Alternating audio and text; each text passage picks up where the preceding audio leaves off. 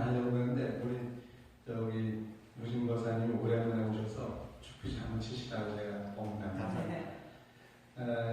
어제 그저께 어제는 제가 그 글을 하도 힘들어가지고 글을 좀 대충 썼습니다. 근데 대충 쓴 글 가운데 이제 하나 이렇게 보겠습니다. 오늘 아침 쓴 건 굉장히 길게 썼습니다만 어제 아침에 이제 잘 짧게 써가지고 뭐라고 했냐면 제가 그랬습니다. 저기 때에 따라서는 우리가 졸음 쉼터도 있다. 길을 가다 보면 졸려서 졸음 쉼터도 있게 말했는데 졸음 쉼터에 대한 얘기를 한번 오늘 보겠습니다. 여러분 혹시 저기 스마트폰 여러분들은 무단말 한기를 들어갈 수 있을지 모르겠는데 어떤 제가 그냥 짧으니까 그냥 읽겠습니다. 기포의 석기폰지 520편 어제입니다. 천장은 145번째. 그리고 이제 네 줄로 되어 있습니다. 생명을 가진 자는 고뇌한다. 고뇌한 자는 불완전하다. 불완전하기 때문에 아름답고 아름답기 때문에 아름답기에 때로 아픔도 있다. 그래서 네 줄로 제가 글을 썼습니다. 그래서 어제 정말 간단하게 글을 썼어요. 요즘 보면 이제 잘 여러분 뭐 뉴스에도 보시겠습니다만 우리나라의 재계 5번째로 얘기하고 있는 롯데 같은 경우만 하더라도 우리가 겉으로 보면 하나 뭐 문제될 게 없고 너무 행복할 것 같은데 형제의 난으로 인해 가지고 지금 정말 많이 어려운 상황에 있는 것 같아요. 돈이 있으면 다 될 것 같은데 그게 어려운 거예요. 그런 상황에서 정말 어려운 거예요. 또 그것뿐만이 아니고 보면은 이번에 또 국민의당에서 보니까 뭐 박성수 의원이라든가 또 누구하고 해가지고 두 사람이 또 지금 이제 검찰의 조사를 받고 있는데 국민의당 쪽에서는 자체 스스로 이제 진상조사하겠다고 하는데 자체적으로 진상조사한다는 것 자체가 사실 문제가 많은 거예요. 왜냐하면 사법권을 침해하는 겁니다. 왜냐하면 왜냐면 국회의원은 입법부지 사법부가 아니거든요. 그럼 입법부는 법을 만들기만 해야지 자기네들이 만들어 놓은 입법 된 것을 가지고 사법부들이 거기에 맞춰서 해야 되는데 검찰이 해야 할 일까지 국회의원들이 나서서 다 자기네들 한다는 거는 그 자체가 안 맞는 거예요. 그런데도 우리가 자체적으로 진상조사 하겠다고 얘기 나오는 겁니다. 근데 어쨌든 얼마나 그것도 그 두 사람도 국회의원까지 당선이 되는데 얼마나 마음이 불안하겠어요. 생명을 가진 자는 다 고뇌하게 되어 있습니다. 그러면 이 세상에 가장 위대한 그러한 어른이셨던 서가모니 부처님은 고뇌가 없었을까? 서가모니 부처님도 고뇌가 굉장히 아마 이 세상 누구보다도 고뇌가 많으셨을 겁니다. 예수 그리스도께서도 하나님의 독생자로 태어났다고 하는데 그분조차도 결국은 얼마나 고통스러웠으면 십자가에 못 박혀 세상을 떠나시면서 하나님의 나를 버리시나이까라고 할 정도로 그렇게 힘들어해야 되는 분이거든요. 고뇌하지 않는 중생은 생명은 아무도 없습니다. 이 세상에. 우리가 잘 알기로 신라시대 때 통일신라시대 때 누가 있으면 원효 스님이라고 위대한 고생이 계셨죠. 근데 이 원효 스님 같은 경우는 그 당시에 자장율사라든가 무슨 뭐 의상대사라든가 이런 많은 정말 위대한 고생이 있었지만 그분들보다 더 이름을 많이 우리가 후대에 많이 알고 있는 분이 바로 원효 스님입니다. 원효 스님은 정말 그분의 글을 읽어보면은 우리 조선에서는 대한민국에서는 그보다 더 위대한 그러한 철학자가 없습니다. 그보다 위대한 성자가 없습니다. 이황이나 이이나 이런 분들이 되게 이율 같은 그런 분들이 어마어마한 그런 학자들이기도 하고 서해 유성룡 그런 선생 같은 분들도 대단한 학자죠. 근데 그런 또 이기론의 위대한 그런 하람석영 선생 같은 경우도 이기론 같은 거 보게 되면 대단한 학자인데도 불구하고 그 학문의 세계가 솔직히 제가 불교인이라서가 아니라 원호 스님의 그 사상을 뛰어넘는 그러한 사상가가 아무도 없었습니다. 고려시대 때 어마어마한 그런 16분의 그런 그 북사들이 나왔지만 그 북사들의 얘기도 결국은 원효 스님을 뛰어넘지는 못합니다. 근데 원효 스님은 어떤 분이었어요? 젊은 시대 때 저만큼이나 잘생겼잖아요, 그분이. 그래가지고 너무 잘생겨놓으니까 그분을 좋아하는 사람이 있었어요. 누군지 아시겠죠? 요석공주입니다. 그러니까 그 요석공주를 알게 되면서 원효 스님도 요석공주가 마음에 들었고 요석도 또한 그랬고 요석의 오빠였던 김춘추가 이런 사람들도 다 둘을 얽어주려고 굉장히 애를 썼는데 정말 어떻게 더 얽어진 거예요. 그때는 이미 이 스님은 스님의 신분이었는데도 불구하고 요석을 알아서 거기서 설총이라고 하는 그런 아주 걸물이 태어납니다. 아주. 물론 제가 아마 그런 경우는 저도 걸물이 태어났을 때 저는 그게 할 데가 없어가지고 없었습니다만 걸물이 태어났죠. 왜냐하면 그 설총만큼 위대한 학자가 또 없습니다. 대단한 위대한 학자인데 근데 그 설총을 낳고 나서 다시 스님의 생활을 하는데 굉장히 어려움이 많았죠.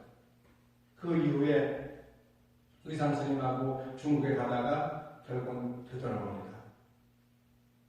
의상 스님은 그 길로 가서 중국에 가가지고 뭐 7년이니 8년이 그러니까 저는 약 10년을 잡거든요. 10년 동안 그 유학 끝에 박사학위를 받아가지고 신라로 돌아옵니다. 그 박사학위 논문이 뭐냐면 바로 해인사에 가면 해인도라고 하는 그 만화에 그린 해인도가 있습니다. 그게 해인도가 그게 이제 박사학위 논문이에요. 화엄적 80권에 대한 내용을 그 그림 하나로 딱 설명했는데 해인도라고 보게 되면 이렇게 그 인터넷 들어가보면 해인도가 이렇게 나오는데 이렇게 꼬불꼬불 해가지고 된 그림이 이렇게 되어 있습니다. 마치 지렁이가 이렇게 다니는 것처럼 그 길처럼 되어 있는데 그런 그 그림을 그려가지고 논문을 제출했는데 그 분의 스승이었던 지공화상조차도 보지스님이에요. 근데 이제 보자를 빼버리고 그냥 지공스님 이렇게 합니다. 원래는 보지스님인데 우리나라에서는 그런 말을 잘 안 쓰잖아요. 그래서 보지성사라고 안 하고 그냥 진짜 하나만 하면 뒤에 공자를 붙여 지공화상이라고 합니다. 우린 또 그게 필요해요. 왜냐하면 그 두 글자만 가지고는 좀 그러니까. 근데 그 지공화상조차도 그거를 그냥 지도교수지요. 무슨 말 뜻인지 모르는 거예요. 야, 이건 무슨 뜻인지 모르니까 이거 좀 썸머리가 필요하다. 그래가지고 쓴 것이 여기 아까 우리 같이 읽은 게 뭐냐면 122페이지에 보면 의상조사 법성계 읽으셨죠? 아까 의상조사 법성계 그게 바로 그 해인도에 대한 그 요약입니다. 요약문. 영어로 썸머리라고 하는데 그 요약문이에요. 요 요약문을 통해 가지고 해인도에 대한 설명을 정말 아주 잘했어요. 그러니까 이 지구상에서 가장 논문을 잘 쓴 사람이 누구냐면은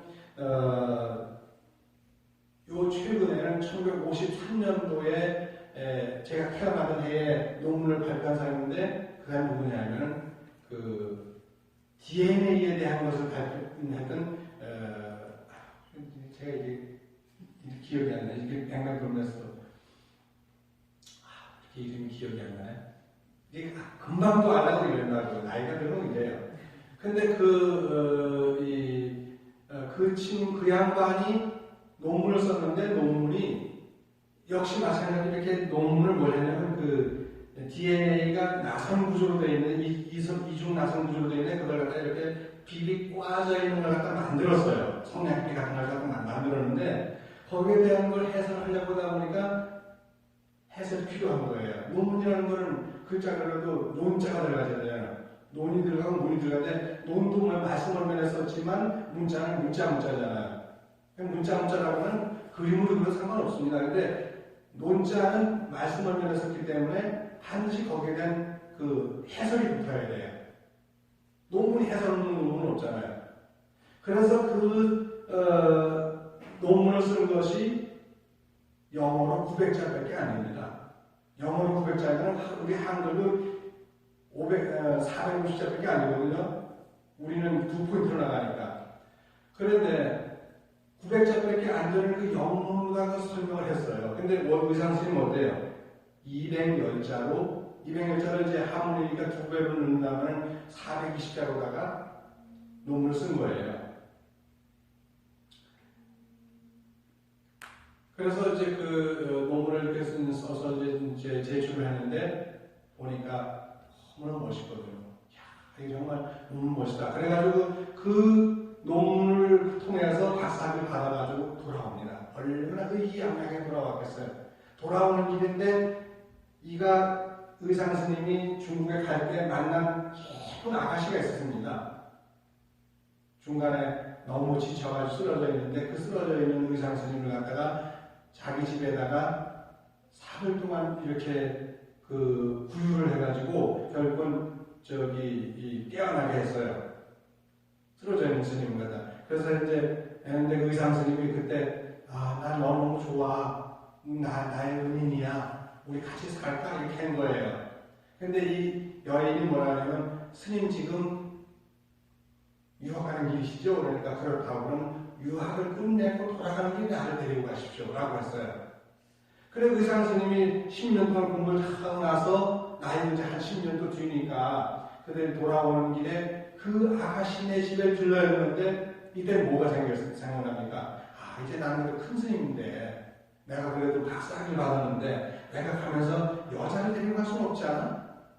그래가지고 그냥 약속은 또 약속이에요. 그래가지고 그 아가씨네 집에다가 메모를 하나 남기려고 딱 들어가다 보니까 아가씨가 마치 먹는 거예요. 얼마나 속으로 좋았는지 몰라 의상 스님이.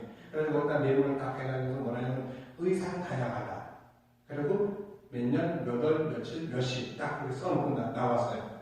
근데 이 아가씨가 밖에 나가가지고 일을 하다가 들에 나가 일하다가 딱 집에 들어와 보니까 의상 스님이 이렇게 쪽지단 하기로 왔는데 딱 보니까 2년 중 이제 1시간밖에 안 지난 거예요. 딱 1시간 지난 거라. 그래가지고 그냥 맨발을 막 그냥 큰 앞으로 그냥 달려 뛰어갔는데 보니까 의상 스님이 저렇게 벌써 배를 타고 가는 거예요. 근데 그 의상 스님이 뭐냐면 배가 한 사람만 태워가지고 갈 수는 없는 거라. 상이 한 사람 태워가지고 가게 되면 한 사람 그 뱃삭 받아가지고 얼마 안 되잖아. 왕복하려면 좀 문제가 있는데 의상 스님이 나 급하니까 내가 몇 사람 몫을 줄 테니까 나 한 사람 태워서 빨리 가자 그런 거예요. 무슨 속이 있을까요? 내가 여자를 데리고 가면 안 되지. 신라에 내가 박사학위를 받아가지고 갔는데 저랑도 똑같은 생각을 갖고 있습니다. 그건 그럴 수밖에 없는 게 왜냐하면 누구나 다 남을 의식하니까 그럴 수밖에 없는 거예요. 똑같은 남자의 심리를 봐도 그래요. 그러니까 품삯을 뱃삭을 더 주면서 그 배를 자기 혼자 도구로 내가지고 거기를 이렇게 대절해서 가는 거예요. 가는데 저쪽에서 의상 스님으로 막 오는 거예요. 막 그저 옛날 드라마 보게 되면 여자가 막 뛰면 팔 이런 뛰잖아요. 뛰면서 야호를 뛰듯이 자기를 뛰듯이 의상 스님을 부르는데 이 스님은 들은 척만 척했습니다. 근데 마침 배가 바람이 위에서 밑으로 이렇게 불고 있었어요. 왜? 그때가 저녁 때였거든요. 아침이면 그 물에서 항상 모든 바람은 물에서 산쪽으로 붑니다. 오전에는요. 근데 오후가 되면 항상 뭐가 되죠? 항상 바람은 위에서 내려오게 되어 있습니다. 오후가 돼가지고 오후를 깨들다 보니까 배가 이렇게 나루를 건너고 있는데 그 나루가 아니죠. 사실은 뭐 바다일 수도 있지만 건너고 있는데 그 배가 쫙 나가는 거예요. 왜? 바람이 위에서 밑으로 불기 때문에. 그러면 바람이 분다고 하는 거예요. 이 아가씨의 목소리도 바로 전달될 거예요. 의상 스님의 목소리는 안 들릴 수 있어요. 바람이 이렇게 불고 있으니까. 근데 여기서 이렇게 목소리가 안 들릴 수 있지만 이 아가씨의 목소리는 분명히 들리는데도 불구하고 뒤를 안 돌아보고 그냥 갔습니다.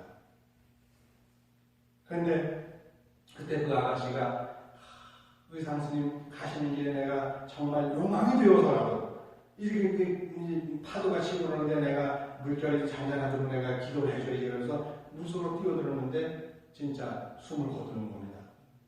그때 이미 이렇게, 그때 이제 그냥 막 그걸 느끼고 알고 돌아보니까 이미 이 아가씨가 물에 빠져가지고 허우적대는데 그런 거야. 의사 선생님이 그걸 봤죠. 봤는데도 그냥 간 겁니다. 사실은 나쁜 놈이죠. 나쁜 놈이에요. 지금 우리 여기 이 대단한 선배지만 나쁜 놈은 나쁜 놈이에요. 이 세상에 어떤 분, 이 의상조사 법성계 이거 한 편보다도 수천만 배나 엄청난 죄를 지은 분이 의상 스님이에요. 근데 이 엄청난 이 한약 때문에 그나마 그래도 우리가 의상 스님을 높이 평가하면서 그 죄를 아마 이걸 사했다고 저는 봅니다. 근데 그분이, 그 아가씨가 나중에 원을 세웁니다. 내가 의상 스님이 어디가 계시더라도 내가 그분을 위해 가지고 내 목숨 다 바쳐 내가 도와줄 거야. 그런데 이제 이분이 나중에 이제 의상 스님이 조실자 시대에 와가지고 열심히 이렇게 폭을 하는 도중에 부석사를 이제 창건하게 됩니다. 그 부석사 창건할 때 그 부석사 터에 연못이 있는데 연못에 독한 용이 살고 있었어요. 독한 용이. 독한 법상의 동용이에요. 뭐라지? 동룡이죠. 동룡이 살는데 그 동룡을 물리친 자가 뭐냐? 바로 이 아가씨의 그 힘이었습니다. 그러면서 거기다가 돌을 이렇게 들뜨게 만들어가지고 절을 짓게 만들어서 부석사는 뜰부자 부석사가 된 거예요. 왜냐면 용이 하도 날개기니까 그 위에 돌을 띄워가지고 그 위에 절을 짓게 만든 거예요. 그 아가씨가 바로 선묘 아가씨거든요. 의상 스님의 애인이었던 선묘 아가씨예요. 그럼 의상 스님은 과연 평생 마음이 편했을까? 이렇게 위대한 논문을 쓰신 분인데 마음이 편했을까? 고뇌하는 삶을 살았을 거예요. 평생 그 아가씨에 대한 어떤 그런 마음의 빚을 갖고서 평생 힘들게 살았을 겁니다. 원효 스님이 그 설총을 낳고 나서 당신은 저기 안 갔잖아요. 중국에 안 가고 그냥 다시 돌아가가지고 열심히 이렇게 사는데 오죽했으면 저도 마찬가지지만 누구라도 마찬가지. 그 당시에 내가 좀 요섭공주 좀 봐서 설총하는 악기로서니 해가지고 그냥 할 수도 있는데도 불구하고 늘 마음속에 부담을 갖고 있으니까 공적인 자리에 안 나가게 됐어요. 그래서 안 나간 거예요.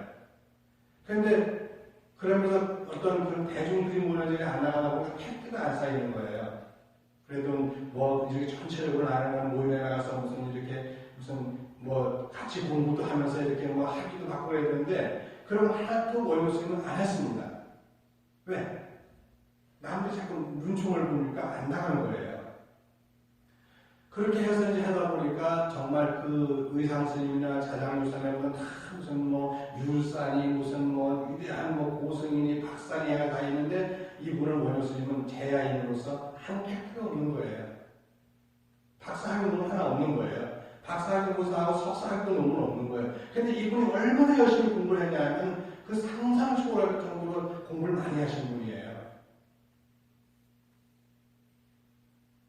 정주영 씨 같은 분들이, 박연차 씨 같은 분들이 초등학교밖에 안 나왔지만 그분들이 경영하고는 세계 최고를 달릴 수 있는 위대한 그런 경영인들이거든요. 그 사람들이 얼마나 머리를 썼으면 그렇게 엄청난 기업을 일으켰겠어요. 초등학교밖에 안 나왔는데. 그런데 이 원효 스님도 당신이 아무런 팩트가 없으니까 그만큼 더 열심히 제약자로서 공부를 많이 했죠. 그런데 황룡사라고 하는 큰 절에서 황룡사가 뭐예요? 내셔널 유니버시티입니다. 앤드 템플이에요. 그러니까 왕립대학이면서 동시에 왕립 사찰이잖아요. 그 당시에 템플이라고 하게 되면 그 당시에 신라 때 큰 절이라면 다 뭘 겸하고 있었냐면 대학을 겸하고 있었습니다. 그러니까 여주에 고고란터, 여주에 무슨 터가 있죠? 무슨 터가 있는데 거기도 가게 되면 거기 옛날에 3,000명이 살았답니다. 스님들이.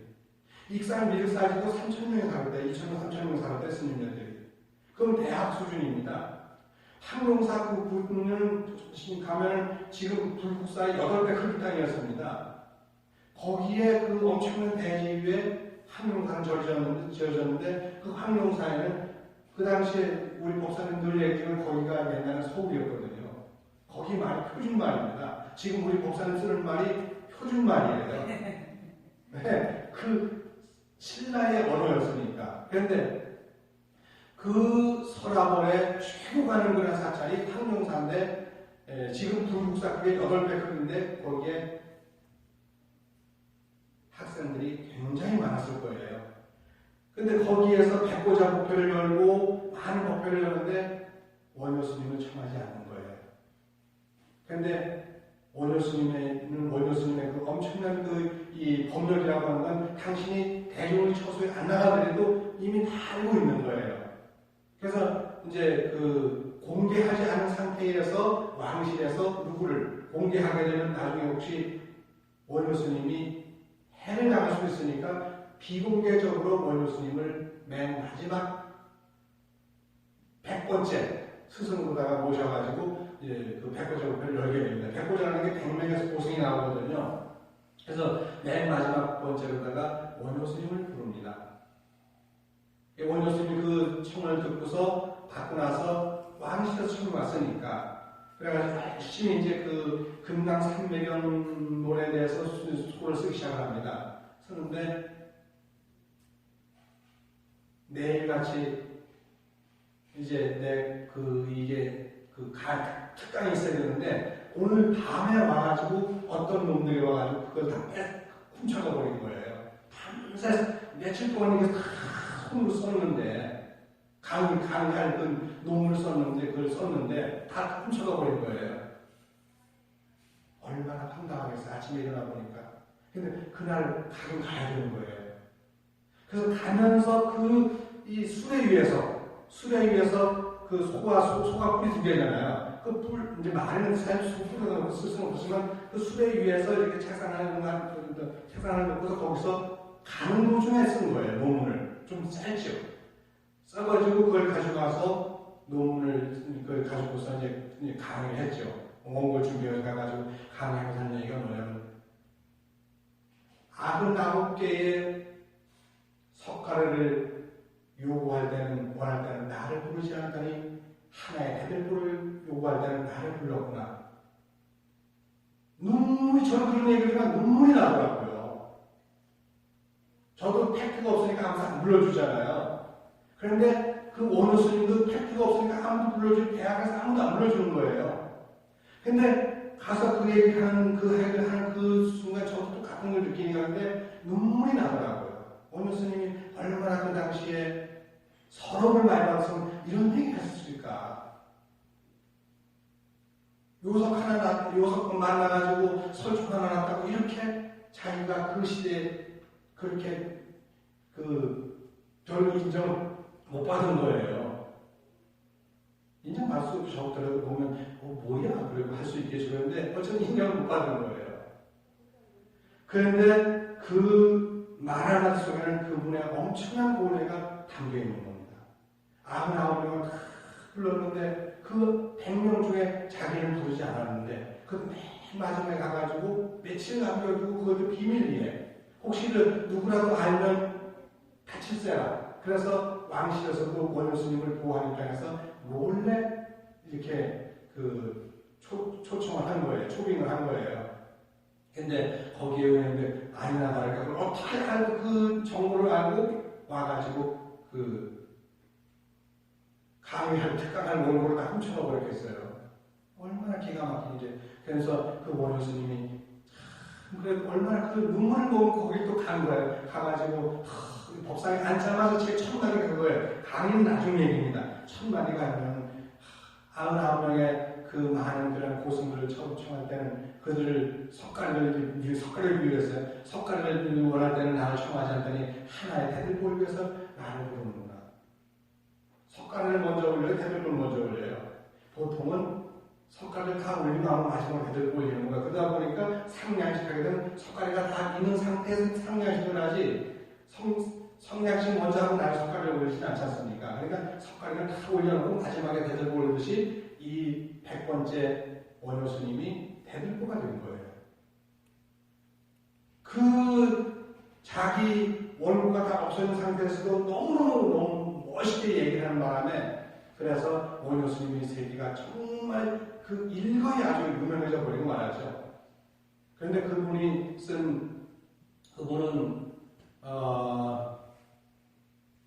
요섭을 통해서 설총을 낳았어요.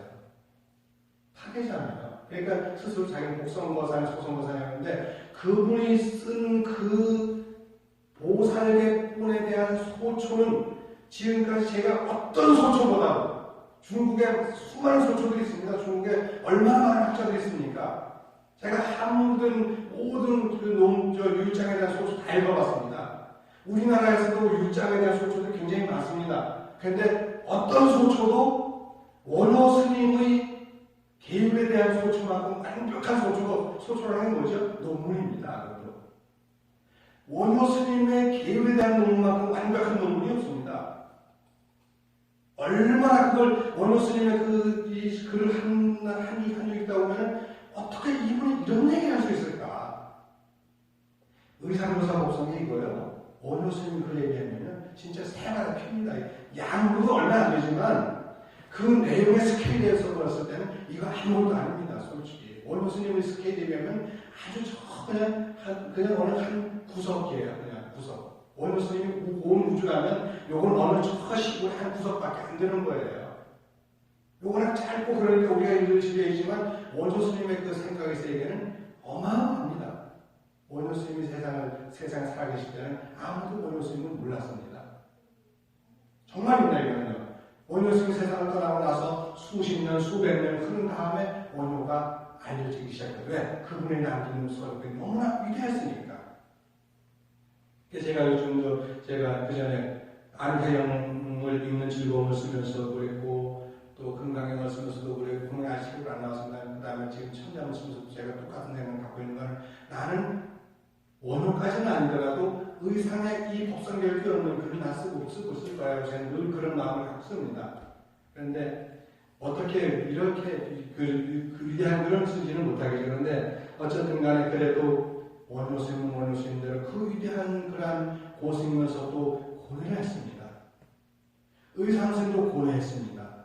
자장수사 고뇌 안 했을 것 같죠? 다 고뇌했습니다. 승통까지 지냈지만 고뇌했습니다. 승통이면 뭐예요? 요즘으로 말하면 종정입니다.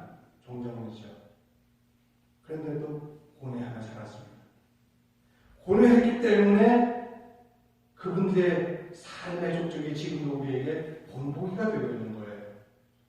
그래서 생명을 가진 자는 고뇌한다. 고뇌하는 자는 불안전하다. 불안전하다는 거죠. 고뇌하는 자는 다 불안전합니다. 예수님도 불안전했고 부처님도 불안전했습니다. 가장 불안전한 자가 누구였을까요? 하나님이 가장 불안전했습니다. 왜? 하나님도 생명을 위해서 고뇌했으니까. 가장 불안전한 그러한 부처님이나 예수님이나 하나님 같은 분들은 가장 불안전했기 때문에 그분들이 아름다운 거예요. 아름답기 때문에 때로는 아픔도 있는 겁니다. 아름답기 때문에 때로 아픈 거예요. 아름답지 않으면 아픔이 없습니다. 우리 삶을 살아가면서 우리는 다 편안할 것 같지만 학교의 선생님들도 그렇고 경찰도 그렇고 검찰도 그렇고 대통령은 아무 걱정 없어가지고 가장 힘든 사람이 대통령이에요. 국무총리 다 힘듭니다. 국회의장님을 정세균 씨가 됐을 때 저는 정세균 씨도 좋아하는데 그분이 그 논문표 때문에 대부분에서 거기까지 이번에 국회의장까지 됐습니다. 근데 참 정말 좋아하는 데는 왜 좋아하냐면 그분이 불교 신자라서 국회의장이 이번에 됐습니다. 그런데 그런 사람들 다 고뇌 없을 것 같지만 다 고뇌하겠습니다. 고뇌를 정말 잘 극복하고 아름답게 승화시키면 그들은 정말 그야말로 아픔도 함께 가질 수 있는 위대한 그런 지도자가 될 겁니다. 우리는 맨날 입만 열면 대통령 욕하고 뭐 욕하고 그러지만 그분들은 우리보다 수천만 배나 더 고뇌합니다. 사실은요. 엄청 고뇌하지 않고는 그런 자리에 올라갈 수가 없는 거예요. 사업 잘 되는 사람들은 사업 잘 되는 대로 고뇌하고 사업이 안 되는 사람들은 안 되는 거 고뇌합니다. 요즘 제가 매일매일 요즘 이거 우리 가운데 이 집안 때문에 제가 엄청 고뇌하고 거의 어떤 데는 막 잠을 못 잡니다. 그래서 이게 뭐야 내가 이게 이 부처님 노래는 이렇게 박살을 내놓고 내가 부처님 밥을 어떻게 먹고 살지? 그것밖에 없으면 너무 조승으로 부처님한테 그럽니다. 근데 어느 날 제 후배가 저한테 그런 얘기를 하더라고. 스님은 그래도 부처님 법을 난도질하지는 않으셨습니까? 지금 부처님 법을 난도질하는 사람들이 우리 불교계에 굉장히 많습니다. 승복 입고 머리 갖고 있으면서도 부처님 법을 난도질하고 화합하는 우리 교단을 깨뜨리고 불로 갈라놓고 온갖 난풍강질을 하는데 스님은 그래봐야 그냥 절 하나 그렇지 않습니까? 그건 스님이 끝나고 안 하면 나중에 누가 어떻게 다 합니다. 스님은 그래도 불법을 난도질하지 않으니까 그 스님은 괜찮은 거라고 그런 얘기하면서 위로를 해주는데 제가 눈물이 다 나더라고요. 이렇게 나를 이렇게 위로해주는 사람도 있네. 그래서 제가 이 글은 그래서 쓴 겁니다. 여러분들 어쨌든 건강하시고 그리고 돌아오는 이제 앞으로 2주 뒤라는 목사님 2주 뒤부터 이제 백경기도 시작하는데 많이들 동참하셔가지고 선당 성형관님들 잘 이용 좀 해드리기를 바랍니다. 여러분 성공하십시오. 건강하십시오.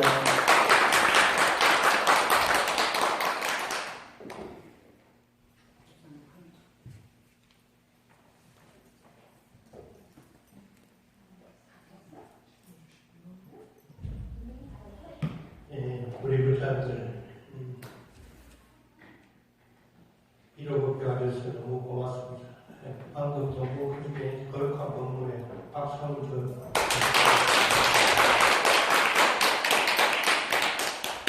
스님께서 방금 말씀했듯이 우리에서는 6월 26일 날 1월입니다. 그러니까 백중천도기도 입제입니다. 그래가지고 8번 시식을 올려서 8월 14일 날 해양을 합니다. 그래서 8번 시식을 하는데 지금 입제, 초제, 이제, 3제까지 시식을 올린다는 불자들이 있었습니다. 부회장님,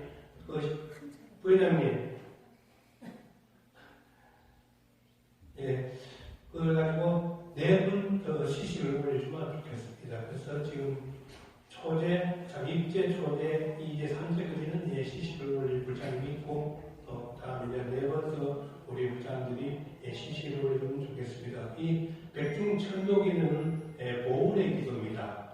내 부모, 내 조상들에게 은혜를 받는 기도가 되고, 또 천도기도가 되겠습니다.